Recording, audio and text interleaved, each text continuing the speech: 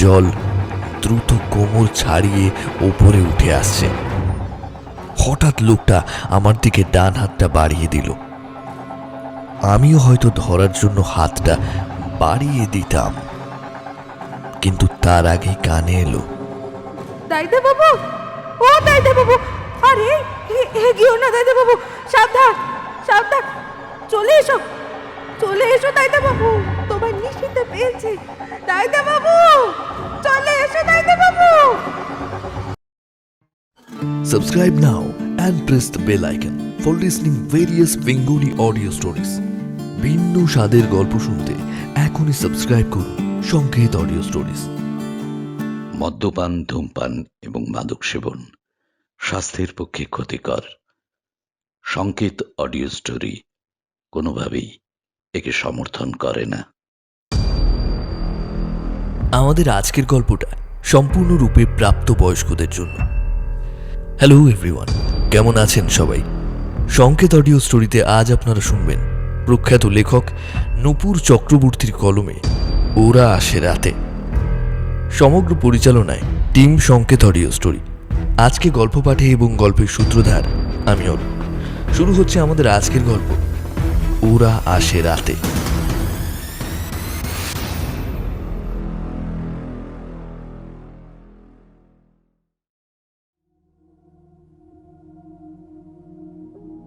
সে অনেককাল আগের কথা। কলিকাতা তখনও আজকের কলকাতা হয়ে উঠতে পারেনি। নাগরিক সভ্যতা তখনও এতটা আগ্রাসী হয়ে উঠে নিজের অস্তিত্বকে ছড়িয়ে দিতে শুরু করেননি। তখনও গ্যাসের বাতির পাশে সসম্মানে স্থান করে নিয়েছিল কেরোসিন লণ্ঠনের আলো। শহরের অনতি দূরেই ছিল গড়াগাছা গ্রাম। অবশ্য গ্রাম বললে ভুল হবে, কারণ ততদিনে সদ্য তৈরি হওয়া জেলা আদালতের নতুন ভবন আর সেখানে ক্রমশ বাড়তে থাকা লোকজনের আনাগোনা গ্রামের নিস্তরঙ্গ জীবনের সংজ্ঞাটাই প্রায় বদলে দিয়েছিল। আর আদালত চত্বরের সব থেকে চর্চার বিষয় ছিল মনোরঞ্জনশীল ওরফে মনু মুক্তার আর শশধর চক্রবর্তী ওরফে চক্রবর্তী মুক্তারের লড়াই। যদিও দুজনের চারিত্রিক বৈশিষ্ট্য ছিল একেবারেই বিপরীত। মনু মুক্তার লোকজনের কাছে বেশি পরিচিত ছিলেন শকুনি হারাম মুক্তার নামে। জোঁক যেমন করে অজান্তেই রক্ত চুষে নেয় শরীর থেকে, ঠিক তেমনি শান্তশিষ্ট কৌশলী স্বভাবের মনু মুক্তারের কাছে একবার গেলে মক্কেল বুঝতেই পারত না সে কখন যেন ধীরে ধীরে পথের ভিখারিতে পরিণত হয়েছে। অন্যদিকে শশধর চক্রবর্তী ছিল ঠিক তার বিপরীত। অত্যন্ত নিরীহ স্বভাবের জন্য তিনি অর্ধেক মামলা জিততে জিততেও অন্তিম মুহূর্তে মনু মুক্তারের দাপটের কাছে এসে হেরে যেতেন। তবে তার একটা গুণ ছিল, হারা কেসের জন্য কোনো রকম টাকা তিনি মক্কেলের কাছ থেকে দাবি করতেন না। একবার কোনো কেস হাতে নিলে তিনি মক্কেলকে জেতানোর জন্য শেষ মুহূর্ত পর্যন্ত লড়ে যেতেন। তবু লোকজন দল বেঁধে মনু মুক্তারের কাছেই যেত, কারণ ইতিহাস সাক্ষী মনুষ্য চিত্ত সবসময় সু অপেক্ষা কুর দিকেই বেশি ধাবিত হয়। তবে পার্থিব জগতে সব বিষয়েরই অন্তিম দশা আছে। এই দুজনের সম্পর্ক বোধ হয় একটু একটু করে সেই দিকেই গড়াচ্ছিল। শ্রাবণের সেই দুপুরের কথা গড়াগাছার লোক অথবা তার পরবর্তী প্রজন্ম কখনো ভুলবে না। দিন দুয়েক ধরে চলা দুর্যোগটা সেদিন যেন আরো প্রবল হয়ে নেমে এসেছিল গড়াগাছার উপরে। রাস্তাঘাট জলে থই থই, এদিকে ওদিকে গাছ ভেঙে পড়ে রয়েছে।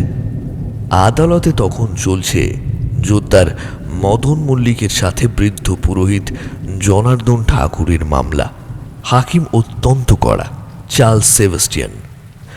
সেদিন শশধর মুক্তারের কোনো মামলা না থাকলেও দুর্যোগের প্রাবল্যে বাড়ি যেতে পারেননি, তাই আদালতে সবার পেছনে বসে তিনিও মামলা শুনছিলেন। মনু মুক্তা ছিলেন জনার্দন ঠাকুরের উকিল, অথচ আজ সকালে মামলা শুরু হওয়ার আগেই শশধরবাবু আড়াল থেকে দেখেছেন রাখাল মল্লিকের সাথে তাকে হেসে হেসে কথা বলতে, এবং সেই সময় অতটা গুরুত্ব না দিলেও মামলা শেষ হয়ে যাওয়ার পরে পুরো বিষয়টা শশধর চক্রবর্তীর চোখের সামনে স্পষ্ট হয়ে ওঠে। জনার্দন ঠাকুর মামলা হেরে গিয়েছেন। ফাঁকা এজলাসে বসে বৃদ্ধ তখন কাঁদছিলেন। বৃদ্ধির বিলাপ শুনে অজান্তেই চোখের কোণে জল এসে গেছিল শশধর চক্রবর্তীর। আর এই জলটাই আগুনে পরিণত হলো আদালত চত্বরের লম্বা বারান্দার টেবিলে বসে বেশ আয়েশ করে মনু মুক্তারকে বিড়ি খেতে দেখে শটান টেবিলের সামনে গিয়ে তিনি জিজ্ঞেস করলেন, এটা কি ঠিক হলো মনোরঞ্জন বাবু? মনু মুক্তার এই রূপে শশধর চক্রবর্তীকে আগে কখনো দেখেনি। এই প্রথমটা একটু হকচকিয়ে গিয়ে তোতলাতে তোতলাতে জবাব দিল, কোন ব্যাপারটা? জনার্দন ঠাকুরের মামলাটা ইচ্ছে করে হেরে গেলেন কেন? হ্যাঁ, কে বললো ইচ্ছে করে হেরে গেছি? দোষ, ওটা আবার মামলা নাকি? বুড়ো এমনিতেই হেরে যেত। সে বুড়ো হেরে যেত কিন্তু তা বলে আপনি চেষ্টা করবেন না? কটা পয়সা দেয় ওই বুড়ো? 3টে শুনানির টাকা বাকি পড়েছে। দান সত্তর তো খুলে বসিনি তোমার মতো। আচ্ছা আচ্ছা আচ্ছা, তাই বুঝি আদর্শ নীতি সব বাদ দিয়ে ওই বিবাদী পক্ষের সাথে হাত মিলিয়েছেন? শোনো বাপু, এই মুক্তারগিরি হচ্ছে একগাদা পচা কুকুরের মতো। সেখানে বাস করতে গেলে আমার মতো পোকা হতে হবে।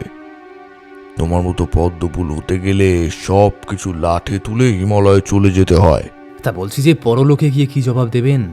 আগে তো ইহকালে বাঁচি, তারপর পরকালের কথা চিন্তা করব। আপনার লোভের জন্য সহায় অবলম্বনহীন বুড়ো লোকটার কি পরিস্থিতি হবে একবার বুঝতে পারছেন? কাউকে নিয়ে অত ভাবার সময় মনু মুক্তারের নেই। টাকা থাকলে কেস লড়বে, না হলে উচ্ছেদ। আর শশধর, তুমি এই বুড়োটার হয়ে দালালি বন্ধ করে বিদে হও দেখি। তোমার কোনো কাজ না থাকতে পারে, আমার আছে। শশধর চক্রবর্তী একটা দীর্ঘশ্বাস ফেলে ব্যাগটা নিয়ে পাশ কাটিয়ে চলেই যাচ্ছিলেন। ঠিক তখনই শুনতে পেলেন মনু মুক্তার বিড়বিড় করে বলছে, গলায় চটি না রাশি, বাবুর চাই বেনারসি। একটা মামলাও জিততে পারে না, আবার আদর্শ শেখাতে এসেছে। বৃষ্টির জন্যই বোধ হয় আদালতের দরজার বাইরে জীর্ণ ছাউনিতে গোটাকয়েক গরু দাঁড়িয়েছিল। হঠাৎ শশধর চক্রবর্তী ব্যাগটা মেঝেতে নামিয়ে রেখে চলে গেলেন সেদিকে। ফিরে এলেন হাতে একতাল গোবর নিয়ে, আর তারপরেই সবাইকে চমকে দিয়ে গোবরের তালটা মনোরঞ্জন মুক্তারের মুখ লক্ষ্য করে ছুঁড়ে দ্রুত বেরিয়ে গেলেন। মনু মুক্তার মশাই সেই গোবর মাখা মুখ নিয়ে কি করে নিজের গায়ে ফিরে গিয়েছিলেন সেও অনেক কথা, কিন্তু এই ঘটনার পর দুজনের কাউকে আর কখনো আদালত প্রাঙ্গণে দেখা যায়নি। এবং গায়ের লোকেরা আজও বলে মনু মুক্তার নাকি ঘটনার দিন দুয়েক পরে নিজের বাড়ির গামছায় ফাঁস লাগিয়ে আত্মহত্যা করেছিলেন। তবে এই কথার সত্যতা বিচার করার সুযোগ, সময় ও আগ্রহ কারোর হয়ে ওঠেনি।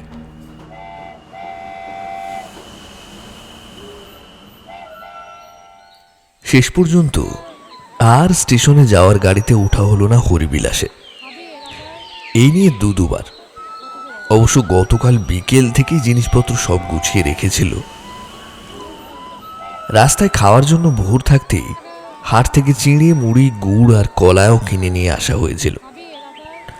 হরিবিলাস ভেবেছিল আজ বোধহয় এই অজপাড়া গায়ের একদম দীর্ঘ প্রবাস জীবন থেকে তাদের ছুটি মিলবে, কিন্তু ভাগ্য সাথ দিল না। এক এক করে মালপত্র নিয়ে সে যখন গাড়িতে তুলছে, ঠিক তখনই নারায়ণী দৌড়াতে দৌড়াতে এসে খবর দিল, শিগগির চলো দাইদা বাবু, বৌদিমণি নামতে গিয়ে সিঁড়ি থেকে পড়ে অজ্ঞান হয়ে গেছে। শিগগির চলো। দীর্ঘদিন ধরে চলা তাপপ্রবাহের অবসান ঘটিয়ে আজ সন্ধে হওয়ার ঠিক মুখেই আকাশ কালো করে বৃষ্টি নেমেছে। বুড়িগঙ্গার ধার ঘেঁষে দোতলা বাড়িটার আধ খোলা জানলায় দীর্ঘ পাল্লাটা উদ্দাম হাওয়ার সাথে লড়াই করে নিজের অস্তিত্বকে টিকিয়ে রাখার অসম লড়াই চালিয়ে যাচ্ছে। বৃষ্টির ছাঁট এসে ভিজিয়ে দিচ্ছে ঘরের আসবাবপত্র। শহর থেকে মুক্তারি পাশ করে গড়াগাছার আদালতে প্র্যাকটিস করতে আসা হরিবিলাস চক্রবর্তী সেদিকে কোনো খেয়াল নেই। জানলার ধার থেকে সামান্য তফাতে অন্ধকার দেওয়ালের দিকে মুখ করে কপালে হাত দিয়ে আরাম কেদারায় বসেছিল সে। তাকের উপরে থাকা মোমবাতিটা মাঝে মাঝেই দপ করে নিভে যাওয়ার উপক্রম হচ্ছে। এখানে আসার পর থেকে যা যা ঘটে চলেছে তাতে অন্ধকারে এখন তেমন আর ভয় লাগে না। পাশের ঘরে ঘুমোচ্ছে অনুপমা। একটু আগেই সদর হাসপাতালের ডাক্তার দেখিয়ে ফিরেছে ওরা। আরও সপ্তাহ দুয়েক নাকি বিশ্রামে থাকতে হবে অনুপমাকে। এমন সময় দরজার পর্দাটা নড়ে উঠল। সোজা হয়ে বসল হরিবিলাস। চুড়িতে রিন রিন শব্দ তুলে চায়ের কাপ হাতে ঘরে ঢুকলো নারায়ণী। আর ঝড় বাদলার রাতে বেশি কিছু রান্না করতে পারবো না বাবু। চালের ডালে খিচুড়ি চাপিয়ে দিয়েছি, ঘন্টাটা পরে আমি সব কিছু উপরে নিয়ে আসবো। বৌদিমণি আর তুমি একসাথে খেয়ে নিও, কেমন? কথাটা বলেই শরীরে ঢেউ খেলিয়ে বেরিয়ে গেল নারায়ণী। তার চলে যাওয়ার দিকে কিছুক্ষণ এক দৃষ্টিতে তাকিয়ে থেকে দীর্ঘশ্বাস ফেলল হরিবিলাস। নেহাত অনুপমা ঘুমাচ্ছে, না হলে অনর্থবাদ্য। সাধে কি বিজ্ঞ ব্যক্তিরা বলে গেছেন, নারী নারীর ঈর্ষার কারণ। ফতুয়ার পকেট থেকে ছোট্ট টিনের কৌটোটা বার করে তা থেকে গোটা কয়েক এলাচ দানা চায়ের মধ্যে ফেলে উঠে দাঁড়ালো হরিবিলাস। দেরাজ খুলে একটা মলাট বাঁধা খাতা বের করে আবার বসে পড়ল আগের জায়গায়। অফুরন্ত সময়ের সুযোগ হোক অথবা হাতে যথেষ্ট কাজের অভাবে হোক, গড়াগাছা আসার পর থেকেই বেশ কয়েক মাস নিয়মিত দিনপঞ্জি লেখা শুরু করেছিল সে। এখন এই প্রায় অন্ধকার ঘরে বৃষ্টিমুখর রাতে গরম চায়ে চুমুক দিয়ে মুচকি হেসে সেই লেখাগুলোই আবার পড়তে শুরু করলো হরিবিলাস। ঘড়ির কাঁটা এখন বিকেল 5টা ছুঁই ছুঁই। আমি বসে আছি কলকাতাগামী একখানা প্যাসেঞ্জার ট্রেনে। চলার থেকেও বেশি থামতে থামতে, শঙ্কু গতিতে, কখনো তার চেয়েও কম গতিতে চলতে চলতে এই ট্রেন যখন কলকাতা পৌঁছাবে তখন পুরো শহর তলিয়ে যাবে নিদ্রার গভীরে। 1 মাস ধরেই ছবিটার কোনো অদল বদল নেই। অবশ্য যদি ভগবান সহায় থাকেন তবে আগামীকাল থেকে এই নিত্য যন্ত্রণার অবসান ঘটলেও ঘটতে পারে। আজ সকালেই একখানা বাড়ি দেখে এসেছি নাজিম পেশকারের সাথে। আমি হরিবিলাস চক্রবর্তী, এই মুহূর্তে গড়াগাছা আদালতের একজন অনামী উকিল। রেলপথের দীর্ঘ ক্লান্তিকর যাত্রা আর রোজকার একঘেয়েমি কাটাতে আপাতত কলম ধরেছি। বলে রাখা ভালো, আমার বাবাও এই গড়াগাছা আদালতে নাম করা উকিল ছিলেন। ছোটবেলা থেকেই আমাদের বাড়িতে নানা রকম লোকজনের আনাগোনা, আর আমার বাবা শশধর চক্রবর্তীর তাদের নানা রকমের আইনি পরামর্শ দিয়ে সহায়তা করা দেখেই উকিলি অথবা মোক্তারি পেশা সম্বন্ধে মারাত্মক ভক্তি জন্মেছিল আমার। ভেবেছিলাম বড় হয়ে আমি বাবার মতো এই পেশার অনুসারী হব, কিন্তু প্রথম থেকেই আমার ভাবনার বিরোধিতা করে এসেছিলেন বাড়ির লোক। বাবা তো একরকম হুমকি দিয়ে রেখেছিলেন, আইনি কলেজের চৌকাঠে পা রাখলেই বাড়ির চৌকাঠ সারা জীবনের জন্য বন্ধ হয়ে যাবে। তার এই অনিচ্ছা আর হঠাৎ করে মুক্তারি ছেড়ে ঘরে বসে থাকার কারণ আমি আজও জানতে পারিনি। তবে বাবা নিজের কথা রেখে যেতে পারেননি। প্রবেশিকা পরীক্ষায় উত্তীর্ণ হওয়ার আগেই তিনি দেহ রেখেছিলেন। 4 বছর পরে মুক্তারি পাশ করে যখন মক্কেলের আশায় এদিক থেকে ওদিকে ছুটে বেড়াতে শুরু করলাম, আদালতের বাইরে কোনো কোণে বৃষ্টিতে ভিজে রোদে শুকিয়ে প্রায় মাসখানেক শয্যাশায়ী হয়ে রইলাম। তখনই বাবার সেই সাবধানবাণীর সত্যতা হাড়ে হাড়ে টের পেয়েছিলাম। বাবার মৃত্যুর পর সেই আকস্মিক ঝটকাটা আমাদের পরিবারের প্রায় অর্থনৈতিক দিক থেকে একেবারে মাটিতে আছড়ে ফেলেছিল। আমার বিয়ে এবং তারপরেই মায়ের মৃত্যুতে তা যেন দ্বিগুণ হয়ে গিয়েছিল অনিশ্চয়তার অনেক গভীরে। ধীরে ধীরে ঘরে দুবেলা হাঁড়ি চড়ার বদলে একবেলা হাঁড়ি চড়া শুরু হলো। স্ত্রীর পরনের কাপড়ের তাপ্পির সংখ্যা ক্রমশ বাড়তে লাগলো। এদিকে হাজারো উকিলের ভিড়ে আমার একটাও মক্কেল জুটছে না, বা জুটলেও শেষ পর্যন্ত টিকছে না।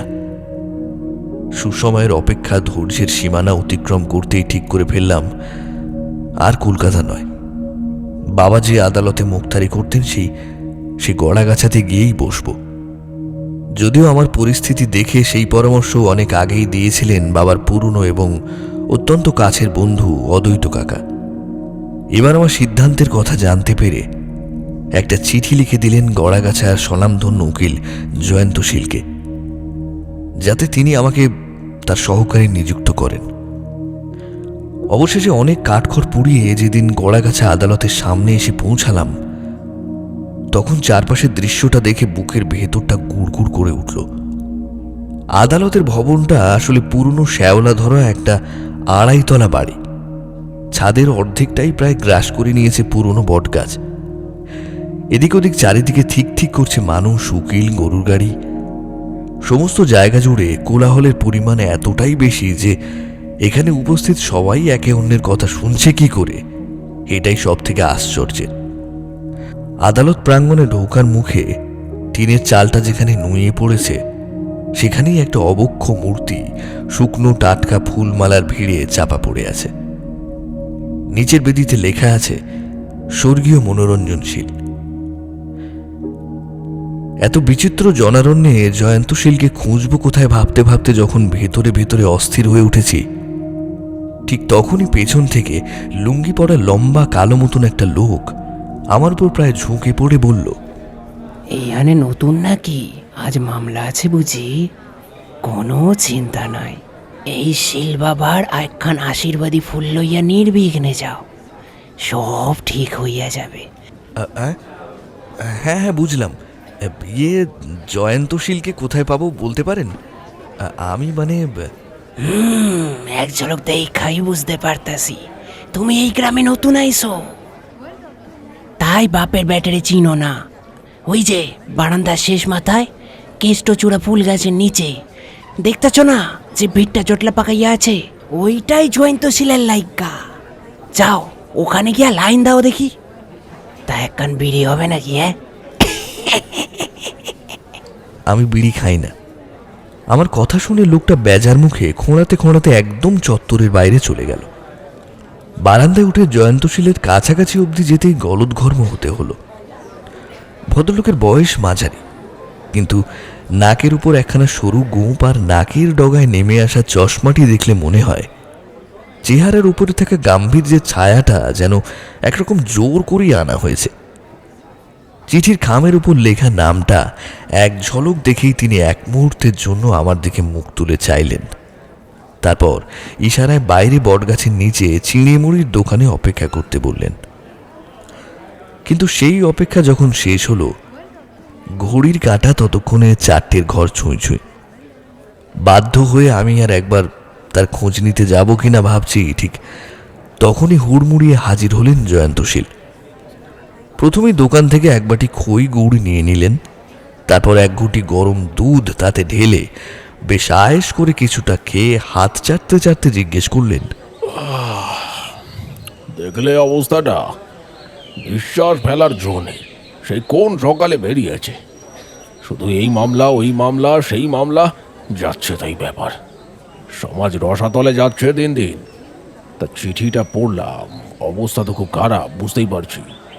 তুমি কি পারবে এসব করতে? কিছু কি শিখেছো? পড়াশুনোয় নেহাত খারাপ ছিলাম না, তাই দক্ষতা নিয়ে প্রশ্নটা আঁতে ঘা দিল। গলার স্বরটা একটু উঁচুতে তুলেই জবাব দিলাম, ইউনিভার্সিটির ফাইনাল ইয়ারের রেজাল্ট আশা করি আপনাকে হতাশ করবে না। ওসব পুঁথিগত বিদ্যায় আদালতে কাজ হয় না হে। হাকিমের সামনে দাঁড়াতে গেলে লাগে সাহস, উপস্থিত বুদ্ধি আর মক্কেলের ওপর প্রভাব বিস্তারের ক্ষমতা। ও যে মূর্তিটা দেখলে ঢোকার সময়, উনি কে জানো? আগে না। আমার বাবা। কাগজ দেখেই নাকি বলে দিতে পারতো মক্কেল মামলা হারবে না জিতবে। বলতে পারো আমি এই সুযোগ্য পিতার একজন অযোগ্য সন্তান। বাবার ছিল মক্কেলকে বশ করার অসাধারণ ক্ষমতা, আমার সেরকম কিছুই নেই। ওই বাবার নামেই যা করে কমে খাচ্ছি আর কি। মক্কেলকে বশ করার ক্ষমতা মানে? দেখলে একটু আগেই বলেছিলাম না, পুঁথিগত বিদ্যায় এখানে কাজ হয় না। আরে বাবা, মক্কেলকে যদি ধরে রাখতে নাই পারো তবে তোমার চলবে কিসে? যতদিন মামলাকে চালাতে পারবে ততদিন তোমার আয়। এই আবার কিরকম কথা? বিচার প্রার্থীকে দ্রুত বিচার পাইয়ে দেওয়াই আমার কাজ। হ্যাঁ, সুবিচার?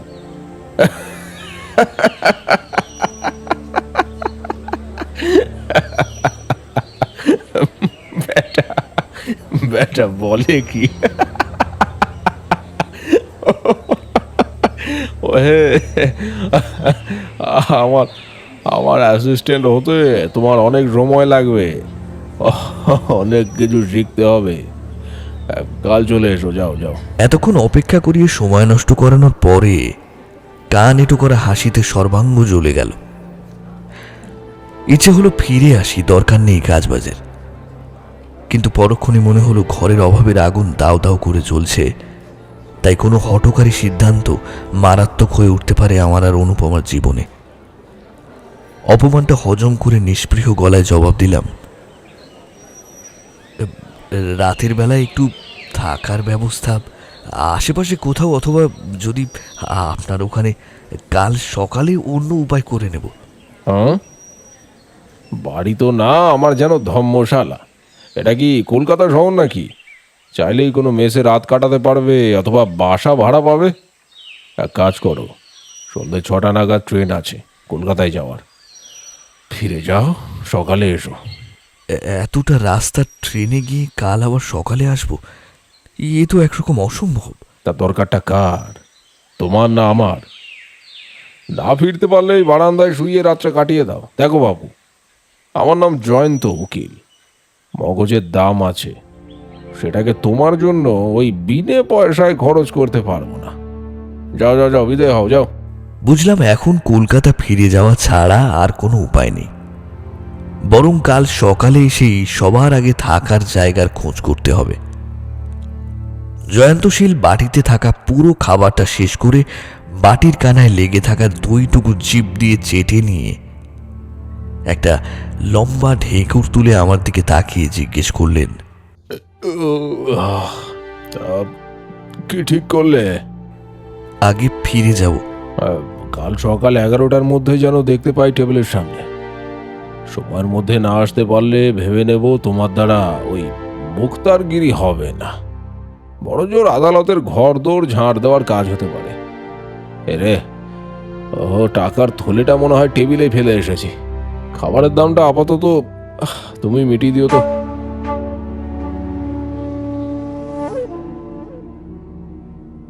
পরদিন সকালেও থাকার ব্যবস্থা করা গেল না, তারপর দিনও না। দীর্ঘ 1 মাস ধরে প্রতীক্ষা শুধু দীর্ঘ থেকে দীর্ঘতর হয়েছে। 20শে বৈশাখ। পৃথিবীতে এমন অনেক মানুষ আছেন যাদের পেছনে দুর্ভাগ্য সবসময় তাড়া করে বেড়ায়। আমি হলাম সেই গোত্রের মানুষদের মধ্যে একজন। দীর্ঘদিন কষ্ট করে একখানা ঘর নয়, পুরো বাড়ি পেলাম। অনুপমাকেও নিয়ে এলাম সাথে, কিন্তু সুখ সইল না। কারণ কিছু ঘটনা আমাদের সাথে এত দ্রুত ঘটে গেল, যার বর্ণনা শুনলে লোকজন ধরেই নেবে যে এসব অতিরিক্ত গঞ্জিকা সেবনের ফল। কিন্তু যেটা চোখের সামনে দেখেছি সেটা অস্বীকার করি বা কি করে। অবশ্য নাজিম পেশকরের সাথে প্রথম দিন যখন এসেছিলাম তখনই কেমন যেন খটকা লেগেছিল বাড়িটা দেখে। বুড়িগঙ্গার ধার ঘেঁষে ওঠা রং চটা দোতলা বাড়িটার দিকে তাকালেই মনে হয় সময় যেন এখানে এসে থমকে গেছে। এমনিতেই সেদিন বিকেল হয়ে এসেছিল।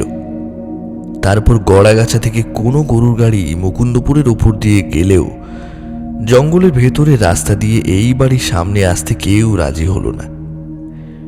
নাজিমের মুখে শুনলাম আজ থেকে 5 বছর আগেও জায়গাটা এতটা জঙ্গল ছিল না, বড়সড় একটা হাট বসত। এলাকাটা সারাক্ষণ গম গম করত লোকে। কিন্তু বছর 2 আগে ভরা কোটালের প্লাবনে বুড়িগঙ্গার জল গোটা গ্রাম ভাসিয়ে নিয়ে গেছে। পাকা দালান হওয়ায় শুধু টিকে ছিল এই বাড়িটাই। সেই প্লাবনের পরে যারা ভাগ্যের জোরে বেঁচে গিয়েছিল তারা কেউ আর পরবর্তীকালে গ্রামে ফিরে আসেনি। কি কেমন দেখলে? আমি কথার জবাব না দিয়ে তাকিয়েছিলাম বাড়িটার ছাদের দিকে।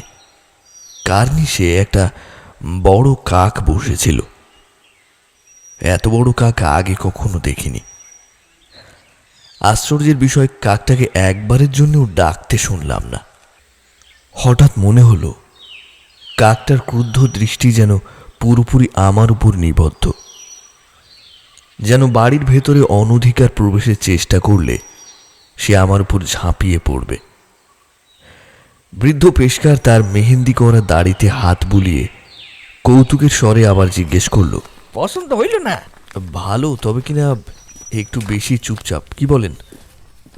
আচ্ছা, এত সুন্দর বাড়িটা কার? এভাবে ফেলে রেখেছে? আল্লাহ পোলায় কয় কি, বাড়িখানে নাকি সুন্দর। এই হইল গিয়া জয়ন্তশীলের আদি বাড়ি। এখন কেউ থাকে না, এখন হকগলে শহরে গিয়া বাসা বাঁধেছে। মরেছে। ওনাকে না জানি থাকছি যদি কোনো অসুবিধা হয়, মানে উনি জানতে পারেন। পোলা ফাইন মানুষ, কিছুই বুঝে না। আরে কেউ দেখলি তবেই তো জানব। শিলবাবুরা বাড়ির কোনো খোঁজই রাখি না। উদা শিলবাবু কেন, অন্য গায়ের কেউই এদিককার সাই বাড়ায় না। আসলে কথা কান হইল, এই বাড়ির সম্বন্ধে অনেকেই খবরাখবর কানে আসে, তো তেমন কিছু না। আসপাড়াকা এইরকম বাড়ি পইরা থাকলি অশিক্ষিত মানুষেরা জারওয়াটায় আর কি, ভূত পেরেত। বেশ বলেছেন, ভূত। তাহলে কালকে এই শহর থেকে তলবি তলবাই গোটাইয়া এইখানে আইয়া বাসা বাঁধ। উনো এখন কথা কই, আসনের সময় আমাকে হাট থেকে এই তরি তরকারি রান্ধনের জিনিসপত্র হক লইয়া আইসো, কারণ এখানে দোকানপাট কিছুই নাই। যাওনের লাগে আসে গরুর গাড়ি, তাও বিকেলের পর আর পাবা না। এখন চলো ফিরে যাই। ঘরগুলো একটু দেখলে। ভাবধন, এইটা তোমাকে শহর না। এই সন্ধে বেশি হইলে সাতরাইয়া গাং পার হইতে হইব। কাল তো আসতাস হই, তখন একেবারে দেখো। এখন চলো। কইয়ে নিরঞ্জন, গাড়ি খোলো, গাড়ি খোলো, তাড়াতাড়ি খোলো গো। আমার যাওয়ার অপেক্ষা না করেই পেশকার মশাই হাঁটা দিলেন রাস্তার দিকে। গাড়িতে ওঠার আগে আর একবার তাকালাম বাড়িটার দিকে।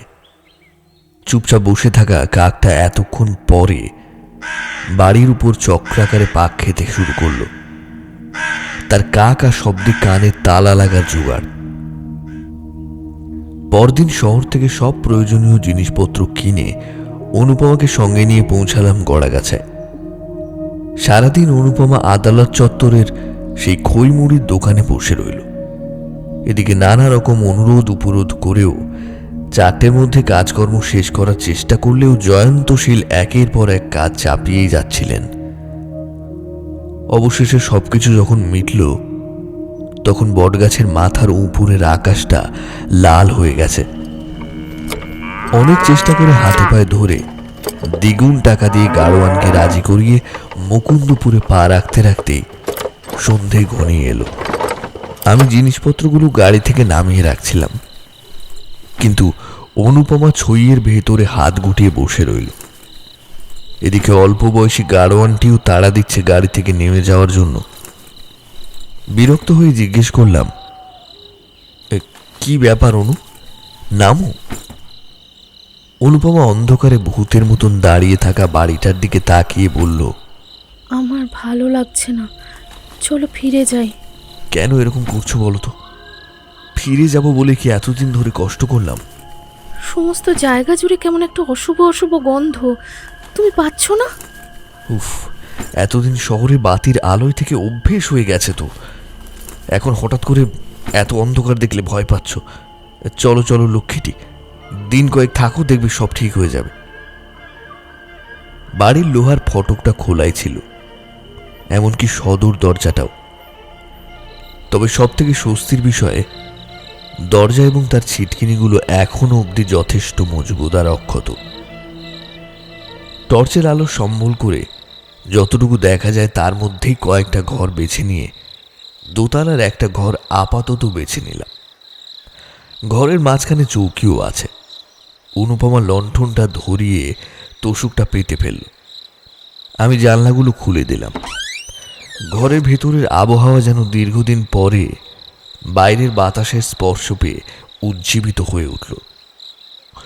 অনুপমা লোহার ট্রাঙ্ক থেকে রাতের খাবারগুলো বের করে রাখছিল।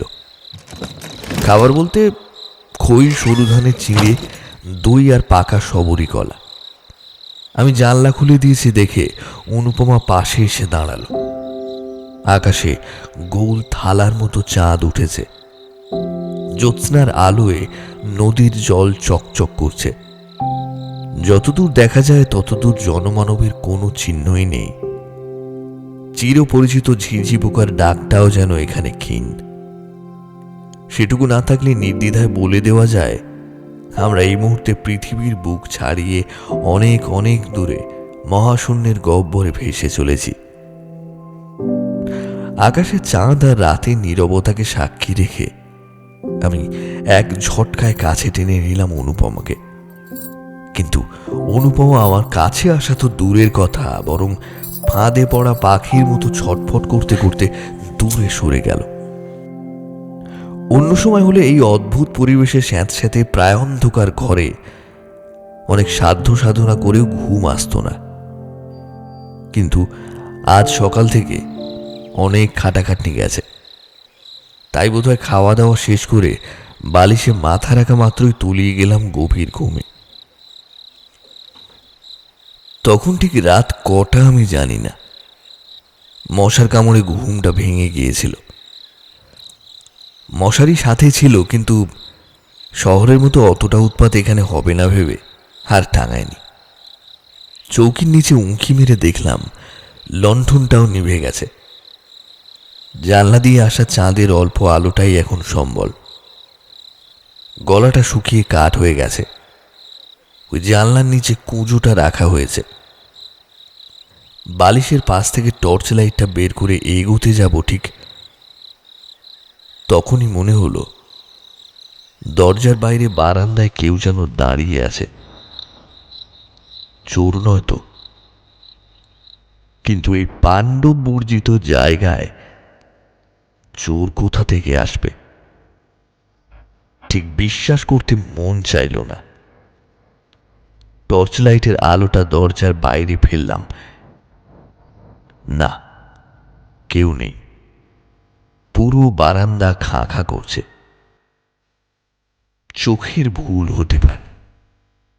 ফিরে আসতে যাব ঠিক তখনই মনে হলো কেউ যেন এবার বারান্দা থেকে দ্রুত পায়ে ঘরে ঢুকে গেল।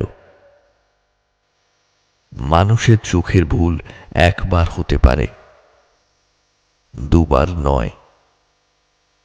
নির্ঘাত চোর এখন নজরে রাখছে শুয়ে পড়লেই ঘরে এসে ঢুকবে। টর্চ লাইটটা নিভিয়ে আস্তে আস্তে পাশের ঘরের দরজার সামনে এসে দাঁড়ালাম।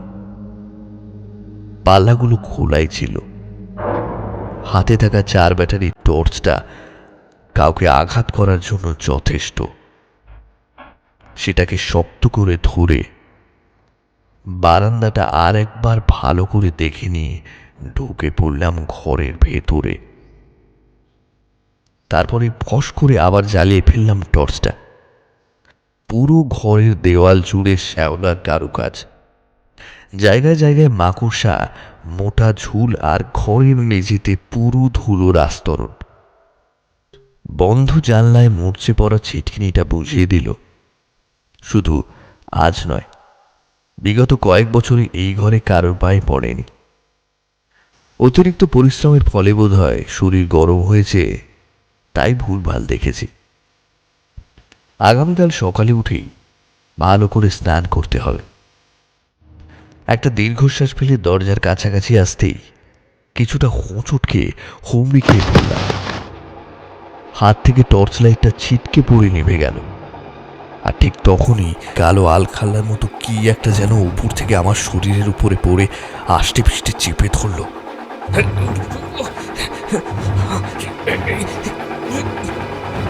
হাত দিয়ে ছাড়ানোর চেষ্টা করলাম, পারলাম না। জিনিসটার প্রচন্ড দুর্গন্ধে নিঃশ্বাস বন্ধ হয়ে আসছিল প্রায়। টর্চ লাইটটা পাওয়ার জন্য পাগলের মতো পুরো মেঝেতে হাতড়াতে লাগলাম। কয়েক সেকেন্ড পরে টর্চটা আমার হাতে ঠেকতেই জ্বালিয়ে ফেললাম সেটা। আর পর মুহূর্তে শরীরের ওপর থেকে চাপটা আলগা হয়ে গেল। প্রচণ্ড আতঙ্কে কাঁপা কাঁপা হাতে টর্চ লাইটের আলো ফেলে দেখলাম মেঝেতে আলখাল্লা নয়, অত্যন্ত জীর্ণ কালো একটা গাউন, যা সাধারণত উকিলরা পরে। বোধহয় দরজার উপরে দেওয়ালে ঝুলানো ছিল। হাওয়ায় সেটা আমার উপরে এসে পড়েছে। আর আমি কিনা রাত বিরেতে এরকম অদ্ভুত পাগলামের জন্য প্রচণ্ড হাসি পেল। পা দিয়ে কোটটাকে সরিয়ে দরজাটা ভালো করে আটকে ফিরে এলাম নিজের ঘরে।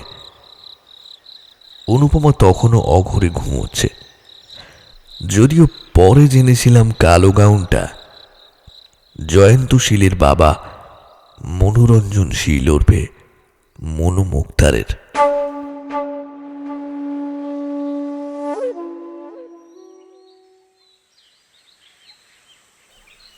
23শে বৈশাখ। গতকাল দিনটা কেটেছিল বেশ অদ্ভুত রকমভাবে।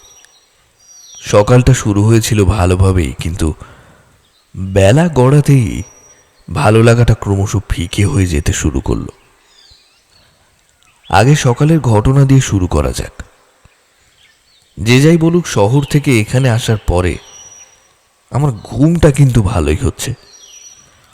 আগে নিজের বাড়িতে সবার আগে আমি ঘুম থেকে উঠে ঘরদোর ঝাড়পোছ দিয়ে চকচক করে ফেলতাম, কিন্তু এখানে ঘুম ভাঙতে ভাঙতেই বেলা হয়ে যায়। আজ সকালে অবশ্য ঘুমটা ভেঙে গিয়েছিল অনুপমার গলা শুনে। সেদিনে রাতের ওই ঘটনার কথা মনে পড়তেই হুড়মুড় করে বারান্দায় গিয়ে দেখি অনুপমা রীতিমতো কোমরে আঁচল বেঁধে ঝগড়া করছে। বিয়ের পরে প্রথম দেখলাম তাকে এভাবে ঝগড়া করতে। অবাক হয়ে জিজ্ঞেস করলাম, কি হয়েছে অনু? কি হয়েছে? চেঁচাচ্ছ কেন? চেঁচাচ্ছি কেন? হ্যাঁ, চেঁচাচ্ছি কেন? ওই ওই ওই ওই দেখো, হাড় গুঁড়ো করে দেবো বলে দিলাম, আর এক পায়ে গলে হাড় গুঁড়ো করে দেবো। হারামজাদি, গেলি গেলি এখান থেকে। অনুপমা আঙুল দেখিয়ে বাড়ির বাইরের দিকে দেখালো। সেখানে পাঁচিলের গায়ে একটা মেয়ে ঘুঁটে দিয়ে চলেছে। এরকম নির্জন জায়গায় মেয়েটাকে দেখে প্রথমে চমকে উঠেছিলাম। যতদিন এখান থেকে গড়াগাছা যাওয়া আসা করছি, ততদিন আমরা দুজন ভিন্ন, আর কাউকে নজরে পড়েনি। অনুপমাকে চুপ করতে বলে দ্রুত নেমে গেলাম নিচে। মেয়েটার বয়স বোধ করি 20-22-এর বেশি হবে না। চেহারার আদলটা অনেকটা পান পাতার মতো। কোমর অবধি লম্বা চুল, শ্যামলা গায়ের রং, গলায় কণ্ঠির মালা আর কপালে রসতিলক আঁকা। মেয়েটার পায়ের কাছে একতাল গোবর রাখা। ঘুঁটে দিতে দিতেই অনুপমার বাক্যবাণে মোকাবিলা করে যাচ্ছিল সমানে। তোর বাড়ির পাঁচিল নাকি রে? হ্যাঁ, এটা তো উকিল বাবুর বাড়ি। কোত্থেকে এখানে এসে জুটেছিস বলতো? আবার আমাকে ধমকাচ্ছে। গোবর দেখতে পাচ্ছিস? গোবর মুখে ছুঁড়ে মারবো। বেশি চেঁচালে না মুখেই ছুঁড়ে মেরে দেবো। আবার চোপা দেখো না, সাহস থাকলে এসে দেখা। দাঁড়া, নোড়াটা নিয়ে আসি। দাঁত সব না ভেঙে দিয়েছি তো আমার নাম।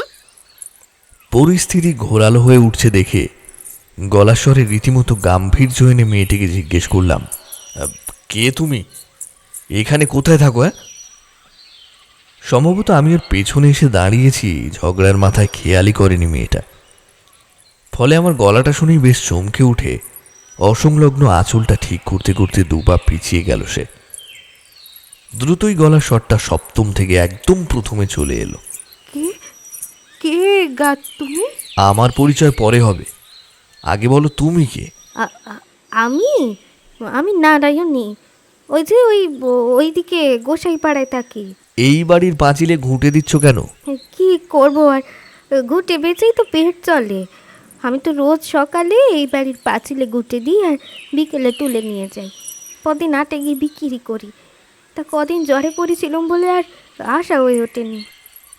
সেটা না হয় বুঝলাম, কিন্তু এত জায়গা থাকতে তুমি এই বাড়ির গায়ে ঘুঁটে দিচ্ছ কেন? ভালোবেসে বেজাতে বিয়ে করেছিলুম বলে শ্বশুর বাড়ির গা আমাকে এক ঘরে করে দিয়েছিল। শখ মিটে যাওয়ার পর আমার ভালোবাসার মানুষটাও ফেলে রেখে গিয়েছিল রাস্তার ধারে। এমনকি গায়ে ফিরে দেখি নিজের বাবাও পতিত করেছে, কিন্তু মানুষের পেট তো আর কথা শোনে না, তাই লুকিয়ে গ্রামের বাইরে। কথাবার্তার মাঝেই নারায়ণের পোশাকের দিকে নজর গেল আমার।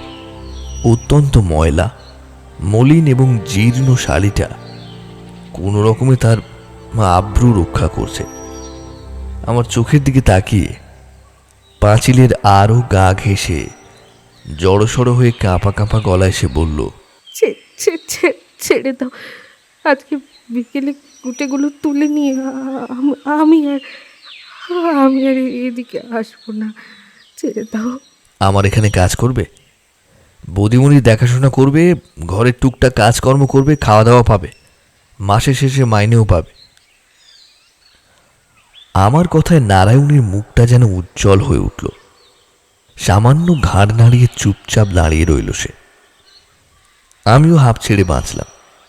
বিশেষ করে আদালতে থাকাকালীন অনুপমার জন্য চিন্তা হতো। তাছাড়া মাঝে মাঝে ভয় পেতাম রাত বেরাতে অসুবিধা হলে কি করব। আজকের পর থেকে একটু নিশ্চিন্ত হলাম। নারায়ণীকে হাত পা ধুয়ে উপরে উঠে আসতে বলে দোতলায় উঠতেই অনুপমা প্রায় ঝাঁপিয়ে পড়ল আমার উপর। এত কি ফুসুর ফুসুর গুজুর গুজুর ওর সাথে? হ্যাঁ, ওর নাম নারায়ণী, খুব গরিব, আজ থেকে এখানেই থাকবে, ঘরের কাজ করবে, তোমার একটা সঙ্গী হবে কথা বলার। গরিব বুঝলাম। তা তুমি বা কোন বড় লোক? আপনি খেতে পায় না শঙ্করাকে ডাকে। আমার কিন্তু অন্য সন্দেহ হচ্ছে। তোমাদের পুরুষ মানুষদের বিশ্বাস নেই বাবু। দোষ কি যে বলো, যাও যাও রান্না বসাও, আমি চান করে নি। আদালতে সারাদিনটা ভালোভাবে কাটল। জয়ন্তশীল আসেনি, তিনি নাকি কি কাজে আটকে গেছেন, তাই হাজিরা জমা দেওয়া থেকে শুরু করে মামলার কাগজ জমা দেওয়া সব আমাকেই সারতে হলো। অবশ্য বিকেলের দিকে ফেরার সময় তার বাড়ির চাকর এসে একটা চিরকুট ধরিয়ে দিয়ে বলেছিল পরদিন যেন ভোর থাকতে থাকতেই চিরকুটে লেখা ঠিকানার উদ্দেশ্যে বেরিয়ে পড়ি। অন্য সময় হলে চিন্তা হতো, কিন্তু এখন নারায়ণী এসে পড়েছে, তাই নিশ্চিন্তে চিরকুটটা পকেটে ঢুকিয়ে রওনা দিলাম বাড়ির উদ্দেশ্যে। নদীর ঘাটের কাছাকাছি আসতেই একটা বড় বাঁধা আমার সামনে পাঁচিল ঠুলে দাঁড়িয়ে গেল। রাস্তায় একটিও গরুর গাড়ি নেই। অন্যান্য দিনে আদালত চত্বরে লোকজনের ভিড় থাকা অবধি সার দিয়ে গরুর গাড়ি দাঁড়িয়ে থাকে, আজ নেই। আশেপাশের বেশ কিছু লোককে জিজ্ঞেস করে জানতে পারলাম গঞ্জে নাকি মুটে মজুরদের সাথে গাড়োয়ানদের পাওনা গন্ডা নিয়ে আজ বেশ ঝামেলা হয়েছে, তাই গাড়ি পাওয়া যাবে না। অবশেষে যখন পশ্চিম আকাশ লাল করে সূর্যটা টুপ করে ডুবে গেল দিগন্তের কিনারায়, আমার মনে হতাশা ধীরে ধীরে গ্রাস করতে লাগলো। ফিরব কি করে? ঠিক তখনই দেবদূতের মতো এসে হাজির হলো আদালত প্রাঙ্গণে চিড়ে মুড়ি বিক্রি করা সেই দোকানদার। প্রতিদিন দুপুরের খাওয়াটা ওর দোকান থেকেই সারতাম বলে একটা চেনা পরিচিত হয়ে গেছিল। সমস্যার কথা বলতেই লোকটা জানালো কোনো চিন্তা নেই, একটু পরেই দোকান বন্ধ করে সেও বাড়ি ফিরবে। তার একটা ডিঙি নৌকা আছে, তবে বাড়ির কাছাকাছি ওই ঘাট অবধি সে যাবে না, ওর কিছুটা আগেই আমাকে নামিয়ে দেবে। শুনে হাঁপ ছেড়ে বাঁচলাম। মন্দের ভালো বোধহয় একেই বলে। লোকটা যখন আমাকে নৌকা থেকে নামিয়ে দিল, তখন নদীর বুক জুড়ে নেমে এসেছে সন্ধ্যা। নৌকোর ছইয়ের মধ্যে জ্বলা লণ্ঠনের হুল্লে আলোটা ছাড়া আর কোথাও আলোর চিহ্ন মাত্র নেই। তারপর জায়গাটা মোটেই শুকনো নয়। আমাকে নামিয়ে দিয়ে নৌকাটা দুলতে দুলতে বাঁকের উপারে হারিয়ে যেতেই দীর্ঘশ্বাস ফেলে আমিও হাঁটতে শুরু করলাম। কতক্ষণ হেঁটে চলেছি খেয়াল নেই, শুধু মনে হচ্ছে আর একটু তারপরেই বাড়ির ছাদটা নজরে পড়বে। কিন্তু সামনে পথ রোধ করে বারবারই দাঁড়িয়ে পড়ছে ঝোপ আর জোয়ারে ভেসে আসা পচা কচুরিপানার দল। বাতাসে ভেসে বেড়াচ্ছে বিচ্ছিরি আষ্টে একটা গন্ধ। আরও কিছুক্ষণ হাঁটার পর কাঁটা ঝোপের জঙ্গল একবার পুরোপুরি অবেধ্য হয়ে পড়ল। লোকটা তো বলে দিয়েছিল নদীর ধার বরাবর মিনিট 10 হাঁটলেই নাকি আমি পৌঁছে যাব, কিন্তু কোথায় কি? তারপরে অন্ধকারটা যেন আজ বড্ড বেশি। আকাশে একটিও তারা নেই, কোথাও ঝিঝি পোকা ডাকছে না। সমস্ত জায়গা জুড়ে অস্বস্তিকর গা ছমছমে নীরবতা। আমি নদীর ধার ছেড়ে বেশ কিছুটা উপরে উঠে এলাম। ঠিকঠাক দেখতে না পারলেও আন্দাজ করতে অসুবিধা হলো না জঙ্গলটা এখানে দুভাগে ভাগ হয়ে গেছে। ঝোপঝাড়ের ঘনত্বটাও তুলনামূলকভাবে অনেক কম। বেশ কিছুক্ষণ চুপচাপ দাঁড়িয়ে উপায়ন্তর না দেখে কপালে যা আছে দেখা যাবে ভেবে জঙ্গলের মাঝখান দিয়ে আবার হাঁটতে শুরু করলাম। বেশ কিছুটা এগোনোর পর হঠাৎ মনে হলো এখন যেন আমি আর একা নেই, কেউ আমাকে অনুসরণ করছে। তার পায়ের আওয়াজ শুনতে না পেলেও বেশ অনুভব করতে পারছি আমি দাঁড়ালে সেও দাঁড়াচ্ছে, আমি হাঁটলে সেও হাঁটছে। ভয়ে ভয়ে পেছন ফিরে চাইলাম, কেউ নেই, কিন্তু আমার পেছনেই গাছের পাতাগুলো নড়ছে, ঠিক যেন কেউ এতক্ষণ দাঁড়িয়েছিল। আমি ঘুরে তাকাতেই লুকিয়ে পড়ছে। জোর করে মনকে প্রবোধ দেওয়ার চেষ্টা করলাম, ওসব কিছুই নয়, হাওয়ায় গাছের পাতাগুলো নড়ছে। যতই নিজেকে সাহস দেওয়ার চেষ্টা করি ততই যেন ভেতর থেকে কেউ ফিসফিস করে বলে উঠছে, আজ তো এক ফোঁটাও হাওয়া নেই। জোরে নিঃশ্বাস নিয়ে আবার হাঁটতে শুরু করি। জঙ্গল আস্তে আস্তে হালকা হয়ে আসছে, নদীটাও এখান থেকে পরিষ্কার দেখা যায়।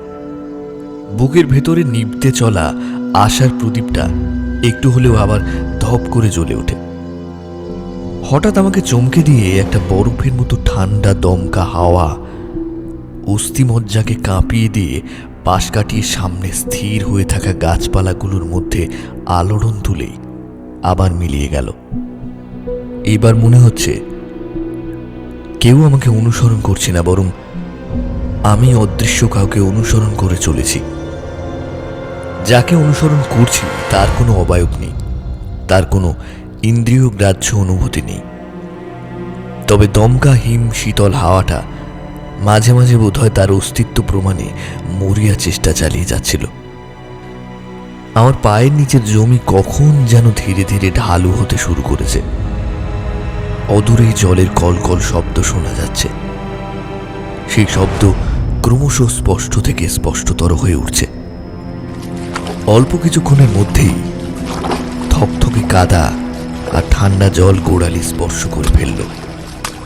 ঠিক তখনই স্পষ্ট দেখতে পেলাম আমার থেকে হাত দুয়েক দূরে একটা কালো লোক বুক সমান জলে দাঁড়িয়ে আছে। লোকটার মাথায় একটিও চুল নেই, ঘাড়টা ডান দিকে হেলানো। অন্ধকারে চেহারাটা যদিও অতটা বোঝা যায় না। আমি আরো এগিয়ে গেলাম। জল দ্রুত কোমর ছাড়িয়ে ওপরে উঠে আসছে। হঠাৎ লোকটা আমার দিকে ডান হাতটা বাড়িয়ে দিল। আমিও হয়তো ধরার জন্য হাতটা বাড়িয়ে দিতাম, কিন্তু তার আগে কানে এলো, দাইদা বাবু, ও দাইদা বাবু, আরে এগিয়েও না দাইদা বাবু, সাবধান সাবধান, চলে এসো চলে এসো দাইদা বাবু, তোমার নিশিতে পেয়েছি।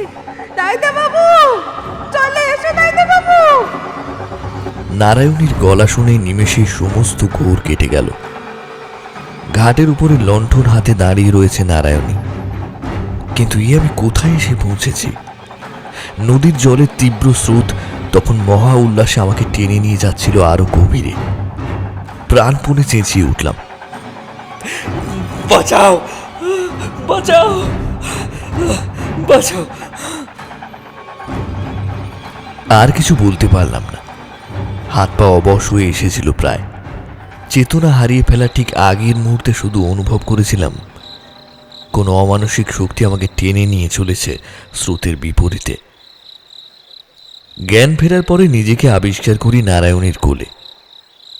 পরম মমতায় আমার কপালে সে হাত বুলিয়ে দিচ্ছিল। নারায়ণীর সমস্ত শরীর ভিজে, আঁচলটাও বুক থেকে প্রায় খসে পড়ছে, তবু সেদিকে তার কোনো নজর নেই। এমন সময় হন্তদন্ত হয়ে সেখানে টর্চ হাতে হাজির হলো অনুপমা। নারায়ণী তাড়াতাড়ি কাপড়টা ঠিক করতে গিয়েও হতভম্বের মতো বসে রইল। আমি অনেক কষ্টে উঠে বসে অনুপমাকে পুরো বিষয়টা বোঝাতে গেলাম, কিন্তু দু চোখে আগুন ঝরিয়ে দাঁতে দাঁত ঘষে সে শুধু বলল, 24শে বৈশাখ। সন্দেহ অতি খারাপ জিনিস। দীর্ঘদিনের মধুর সম্পর্কে যদি কখনো তার সামান্য অনুপ্রবেশও ঘটে, তবে সেই সম্পর্ক টুকরো টুকরো হতে বেশি সময় লাগে না। গতকাল সারা রাত একরকম নির্ঘুমেই কেটেছে। অনুপমাকে অনেকভাবে বোঝানোর চেষ্টা করেছি। আমার সাথে এক বিন্দু কথা বলা তো দূরের কথা, আমার মুখ দর্শন পর্যন্ত করেনি। জয়ন্তশীলের দেওয়া চিরকুটের ঠিকানায় বেরিয়ে পড়ি ভোর থাকতে থাকতেই। অন্যান্য দিন আমি চোখের আড়াল না হওয়া অবধি দোতলার বাড়ির জানলায় দাঁড়িয়ে থাকতো অনুপমা। যদিও জানতাম আজ সেই নিয়মে ছেদ পড়বে, তবু অভ্যেসবশত একবার দাঁড়িয়ে জানলার দিকে তাকিয়েছিলাম। পাল্লা দুটো বন্ধ, শুধু সদর দরজা অবধি এগিয়ে দিতে এসেছিল নারায়ণী। আমতামতা করে বোধহয় বলার চেষ্টা করেছিল, সন্ধ্যা নামার আগে ফিরে এসো। আর একটা কথা, চলার সময় শুধু সামনে তাকাবে, এদিক ওদিক নয়, কারণ এখানে নিজের ছায়াটাকেও বিশ্বাস করতে নেই। মনে রেখো, সে কিন্তু তোমার পিছু নিয়েছে। আরো কিছু হয়তো বলতে চেয়েছিল, না শোনার ভান করে চলে এসেছি। কিন্তু বারবার মনে হচ্ছিল অন্তত একবার পেছন ফিরে দেখি। নারায়ণী আমার দিকে হয়তো এখনো চেয়ে আছে। তার কালো চোখগুলো হয়তো এখনো খেলে বেড়াচ্ছে রহস্যময় গোপন খেলা। আমি কি ওর উপর দুর্বল হয়ে পড়ছি?